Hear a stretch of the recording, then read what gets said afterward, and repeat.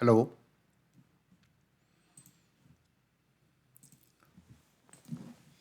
Hi. Welcome to SAP Treasury and Risk Management course by AIERP1. So this is prepared by very experienced SAP Treasury and financial consultants. Let's look at the agenda or course overview and then we can start the course. So in this course, we are going to cover money market instruments, foreign exchange transactions, treasury month-end processes. Under money market instruments, we will cover the fixed term deposit, interest rate instruments, facilities, commercial papers. Under FX instruments, we will cover FX spot transactions, FX forward transaction, FX non-deliverable forward transactions. In addition, at the end of the course, we will do a configuration and testing of a SAP Treasury project implementation. So now, if you look at the Treasury applications in SAP, this consists of the following applications. So you have the transaction manager. Underneath the transaction manager, you have money market instruments, you have forex transactions, trade finance, derivatives. Then you have cash and liquidity management component. Under that, you have cash management, you have liquidity management, and bank communication management. These are covered in different courses. Now, let's look at the money market transactions. Under money market transactions, you will have the fixed term deposits, interest rate instruments, facilities, commercial papers. Then, under forex transactions, you have the FX spot, FX forwards, FX non-deliverable forward transactions.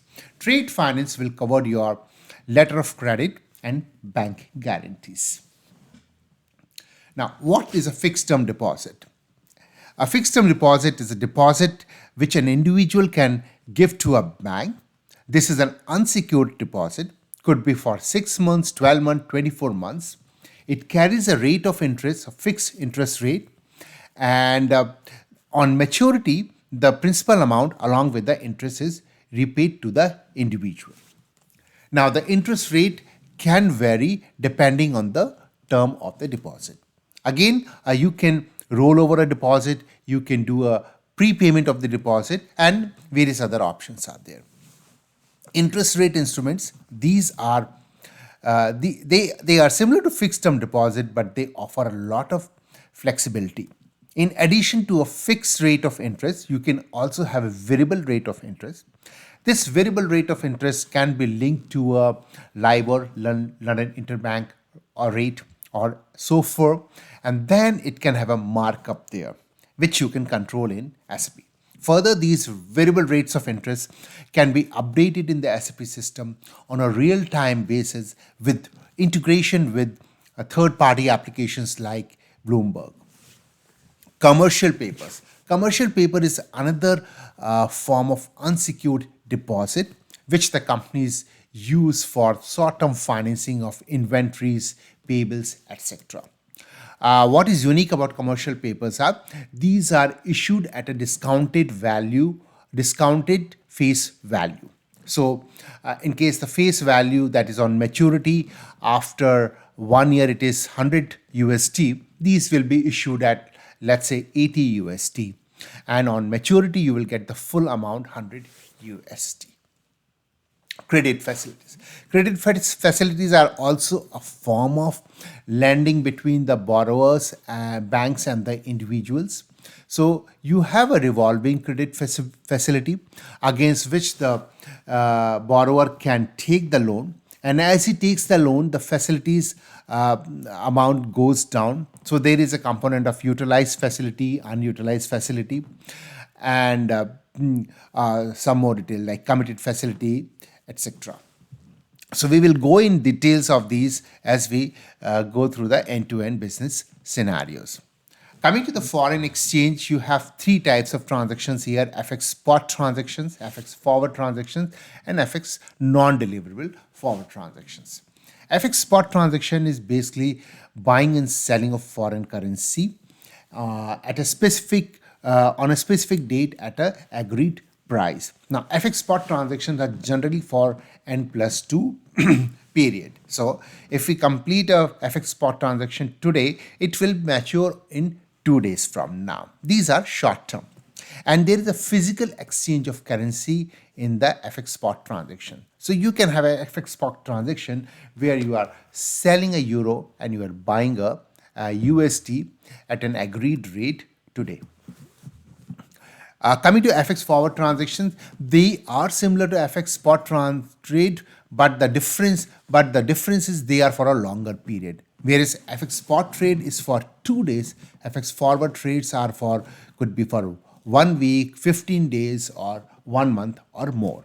So they are FX forward trades are like hedges which are entered into to finance your foreign currency payables or receivables, right? So you have to pay a foreign currency bill to a vendor 1 month down the line, and we don't know what will be the exchange rate 1 month down the line.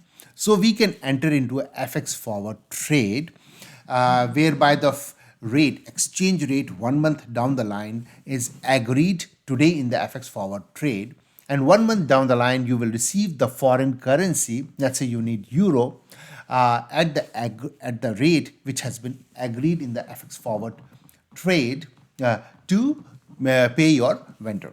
This way you are hedging against the foreign currency fluctuation.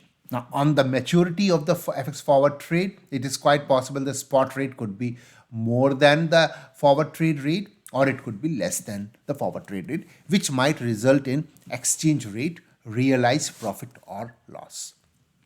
Non-deliverable forward. So these are typically for the currencies which are not easily traded. For example, the South Korean won or Indian rupees or Taiwanese dollar, etc.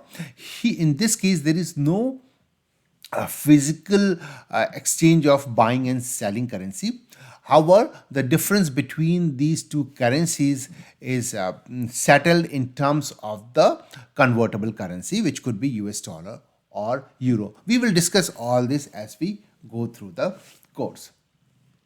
So then we will be, this is about those various product types which will be covered in the course. Now let's look at the business scenarios. So we will be going through end-to-end business scenarios of fixed term deposit.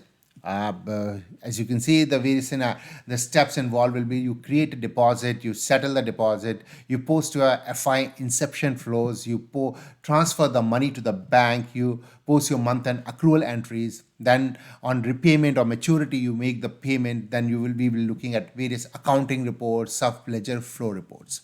Similar end-to-end business scenario will be done for interest rate instrument. We will also cover the mirror transaction or intercompany transaction in case of interest rate instruments. Then interest rate instrument could be also in foreign currency. That is a loan, short-term loan given to another company or received from a bank is in foreign currency.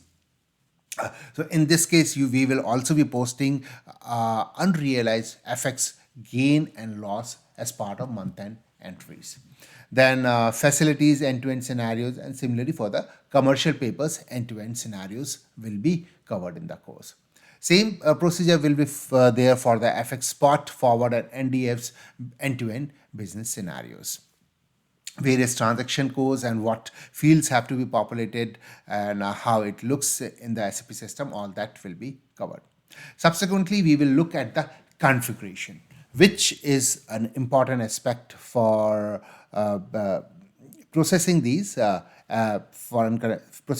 treasury transactions. So as part of treasury configuration, we will first go through the general settings, which will involve these steps. And of course, I will be going in detail what all data has to be entered, what all various fields are there, and how the configuration has to be done. So general settings, then we will look at specific configuration for money market instruments, foreign exchange derivatives. Some of the steps, key steps, which will be required are given in the screen here. Then it will be financial accounting integration, that is integration of treasury risk management with accounting and configuration involved in that. So with this, welcome to the SAP Treasury and Risk Management course, and we will start with the business scenarios in the next tutorial.